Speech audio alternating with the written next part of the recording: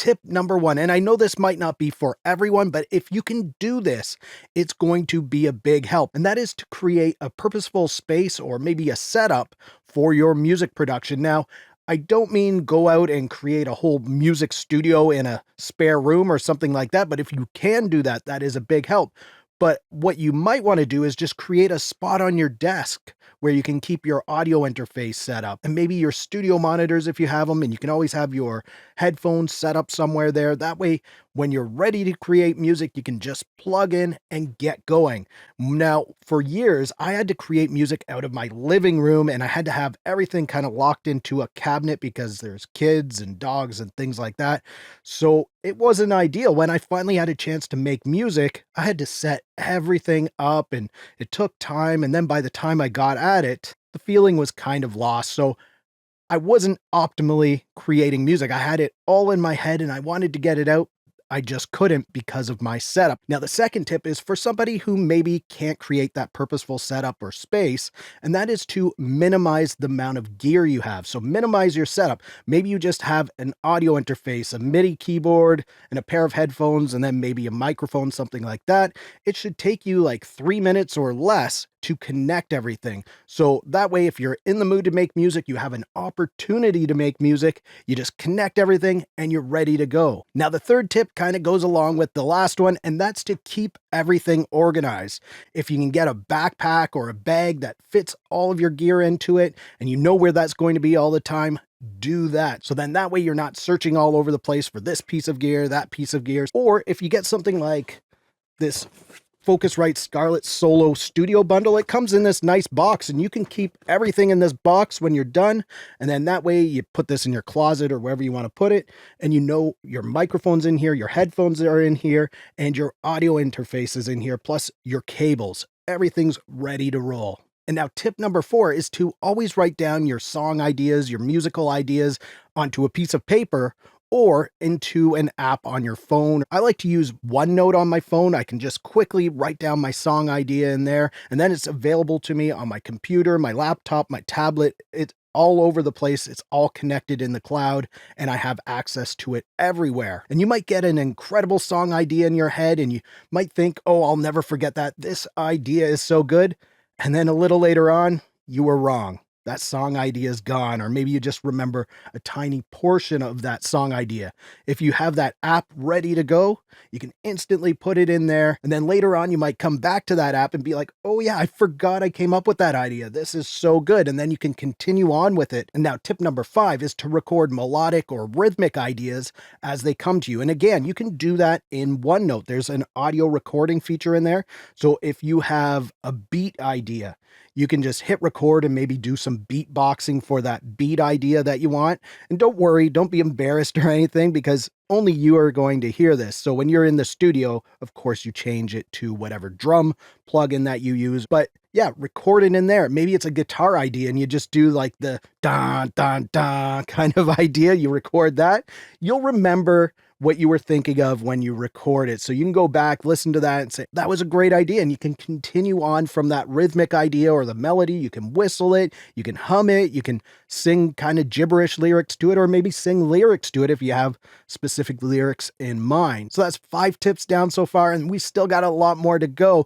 But now that you're creating more music, you're going to want to release it, and DistroKid makes it super easy to get your music onto Spotify, iTunes, Amazon, all of the major online music stores, and they give you 100% of the royalties. Plus, DistroKid also gives you a bunch of goodies, and these range from marketing materials for your tracks and albums to one of my favorite things, and that's getting your verified artist badge on YouTube. And this gives you access to more features on YouTube, regardless of what your subscriber count is. Plus, it puts all of your videos and your releases into one account. And getting your verified artist badge is super easy with DistroKid. And if you use the link down in the description, you'll save 7% off your DistroKid membership. It's well worth it. Now, let's get into the next tip for creating more music so you can release it And tip number 6 is plan your song while you're writing the lyrics out or recording the melodic parts for it. And what I mean by this is you likely have a song idea in your head. Maybe it's just some lyrics, maybe it's a little melodic part. But if you come up with a plan for this track, maybe you had another song in mind that you kind of want this song to be like, you can just write down, had in mind this song. And then you'll know when you come back to it, oh, okay, it's going to sound kind of similar to that song. I remember what I was doing there. Or maybe you're struggling to come up with some lyrics for it. So just kind of start to free write at the top what you want the song to be about. So what's the beginning of the song? Where's it going to go? Is there a person involved in there? What story does that person tell or thing that you're singing about tell? And just write that down. And you might get some lyrics out of that free writing that you can use later on. And this isn't writing lyrics for lyrics. This is just a free writing session where you say, I want this song to be about this and this and this. And this is kind of where I want it to go. It's going to end like this. And now you have a plan for your song. Also, in that plan, what instruments do you want to be in there? Do you want it to have acoustic guitar, piano, vocals, background vocals? Write down everything you want in that song, and this will make you so much more prepared when it's time to actually start recording your tracks. All right, tip number 7 is to always try to have 2 to 3 songs ready to start recording. So you have your lyrics ready, you know what chords you want to play for each part of the song, you know what instruments you want to play in your song and how it's going to flow. And by having 2 to 3 songs ready to record at any time, that means when you are in the mood to record, you can look through and say, well, what song fits the mood that I'm currently in? Because sometimes a certain song won't fit your mood that you're in, but having 2 to 3, you're bound to find one that will work. All right, tip number 8 is to write your songs in sessions. Maybe you only have 15 to 30 minutes each day to work on your music. So maybe your first session is coming up with the lyrics and the plan for your song. The next session is to come up with the chords that you want for each part of your song.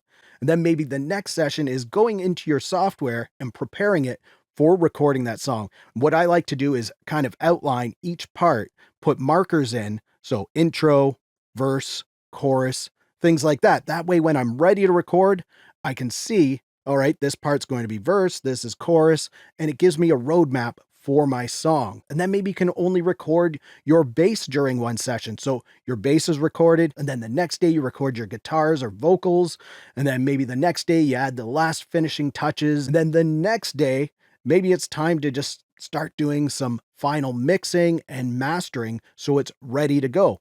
Just don't worry if you don't have the time to finish a song all in one sitting.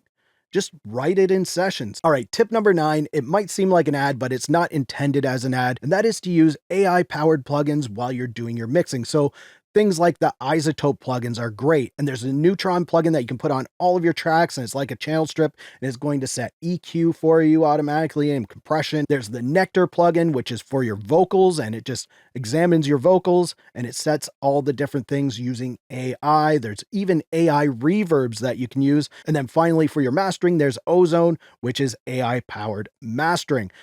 Alternatively, you can maybe find somebody that can mix your song for you. So you're just recording your song, you're getting it all ready to go, and then maybe you export the stems, send it to somebody else. They can do the mixing for you and the mastering, and then you just get your music back as a completed product that's ready to be distributed. Now, tip 10 is for the people that want to do the mixing themselves. And what I suggest to do here is to really know your software. So don't jump from DAW to DAW to DAW. Pick one that you really like, stick with it so you can get to know everything about it. And that way you're not learning as you're trying to write and record your music. You're going to know that software. And the same thing for plugins. Find a core set of plugins that you're always going to be using, like your EQs. What EQs are you using? Compressors, reverbs. Just try to find a core set that you know how to use, you know what they're going to sound like, so you can reach for them, put them on the track, you know what to dial in, and you're ready to go. This is going to speed up your mixing workflow incredibly. And just keep in mind, everything's going to have a learning curve. So at the start, it's going to be harder to get to know your software because you're still learning it. But continue learning it, continue making music into that program, because the more you do, the more you're going to learn. And the same with your plugins. The more you use them, the more you're learning them. Now, with these tips, it should help you to create more music, or maybe it's just to get the ball rolling with creating your first pieces of music. And once you do that and you want to release your music, click the video on the screen to check out the video where I go through step by step how to release your song. If you liked this video, please give it a thumbs up. Also, subscribe to the channel for more videos like this. Thank you so much for watching. For Audio Tech TV, I'm Zane. Keep creating. Fist bump. Thumbs up.